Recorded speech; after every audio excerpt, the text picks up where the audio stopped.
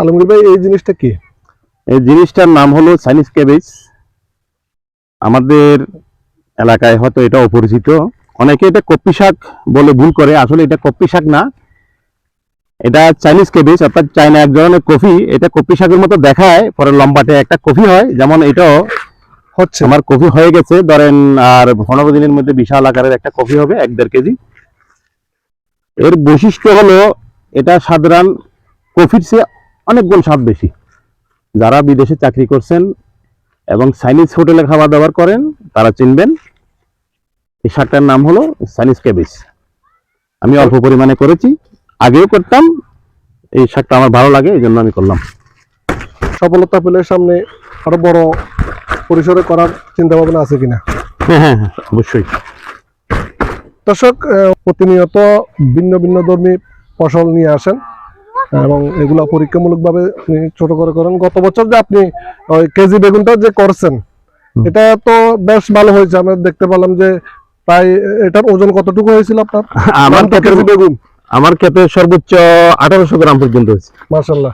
দর্শক, একটা বেগুন আপনি লাউয়ের সমান হয়েছে, অর্থাৎ এক কেজি 800 গ্রাম।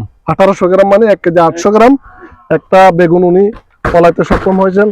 আসলে কি বলবো, উনি যেই ইয়াগুলো নেয়, পদক্ষেপগুলো নেয় স্টেপ বাই স্টেপ, উনি আসলে এ পর্যন্ত ব্যর্থতা হয়েছে বলে আমার জানা নেই। উনি যেটাই ধরেছেন সফল হয়েছেন এবং মানুষকে নিত্য নতুন কিছু উপহার দেওয়ার চেষ্টা করছেন। এইভাবে যদি আসলে প্রত্যেকটা কৃষক এগিয়ে আসে, আমাদের এখানেই বাংলাদেশের যত ধরনের বাইরের দেশের ফসলাদি এখানে হবে, এই আশাটা আমরা রাখতে পারি। এবং সাথে সাথে আলমগীর ভাইয়ের প্রতি অনুরোধ, যারা এই ধরনের কাজ করতে চায় তাদেরকে আপনি সার্বিক সহযোগিতা করবেন। এবং তারা যদি আপনার সাথে যোগাযোগ করতে চায়, আপনার মোবাইল নাম্বারটা একটু বলে দেন।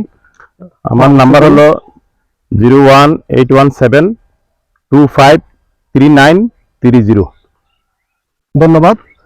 দর্শক, আপনারা যারা এই ধরনের কৃষিকাজে আগ্রহ প্রকাশ করবেন, বিভিন্ন পরামর্শ, এই মরিচগুলো আসলে আপনার কি আরো 2-3 মাস লাগবে নাকি হারভেস্ট করতে? না, এখন থেকে হারভেস্ট করা যাবে কম পরিমাণে আর কি। যত গাছ বড় হবে তত বেশি উঠবে। কতদিন থাকে এই গাছটা? এটা ইচ্ছে করলে 1 বছর রাখা যায়। 1 বছর রাখা যাবে। তাহলে তো এগুলা যখন মরিচ বাজারে থাকে না তখনও কিন্তু এই মরিচগুলা থাকবে। এবং উনি মালচিং পদ্ধতিতে করেছেন, যার কারণে এখানে যেটা পানির সমস্যা হওয়ার কথা ওটাও তেমন হবে না আশা করা যাচ্ছে। এবং আপনাদেরকে যদি দেখাই, মাঝে মধ্যে 2-1টা মরিচ পাকছে, খুব সুন্দর এই মরিচগুলো। আসলে এখানে শুরু হয়েছে হারভেস্ট করা মরিচও। সবাইকে ধন্যবাদ আমাদের সাথে থাকার জন্য। এবং বিশেষ করে তালপাতার ছাউনি ফেসবুক পেজটা আপনারা ফলো করে দেবেন, বেশি বেশি করে শেয়ার করবেন, যাতে আপনাদেরকে আরো নতুনত্ব কিছু উপহার দিতে পারে। ধন্যবাদ সবাইকে।